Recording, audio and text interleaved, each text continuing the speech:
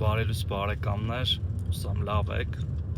Վանաձորից շարժվում ենք դեպի Բերդ, իսկ ավելի կոնկրետ դեպի Մովսես գյուղ, որտեղ պետք է այցելենք մեր երկրի, մեր պետության ամենատարեց քաղաքացուն։ Մանրամասները հիմա չեմ ասի, տեղում կասեմ, բայց սա պայմանավորված է նաև նրանով, որ կառավարությունը վերջերս որոշում ընդունեց, որ մեր բոլոր քաղաքացիներին, որոնք անցել են 100-ամյա շեմը եւ այսուհետ կանցնեն, վճարվելու է 1 միլիոն դրամ միանվագ վճար, գումարած իրենց ստացող կենսաթոշակին, եւ այսօր այդ վճարման օրն է։ Այնպես որ սպասեք դրական լուրերի, ուրիշ բաների մասների իհարկե տեղից կխոսենք, որտեղ Մովսես գյուղի հետ կապված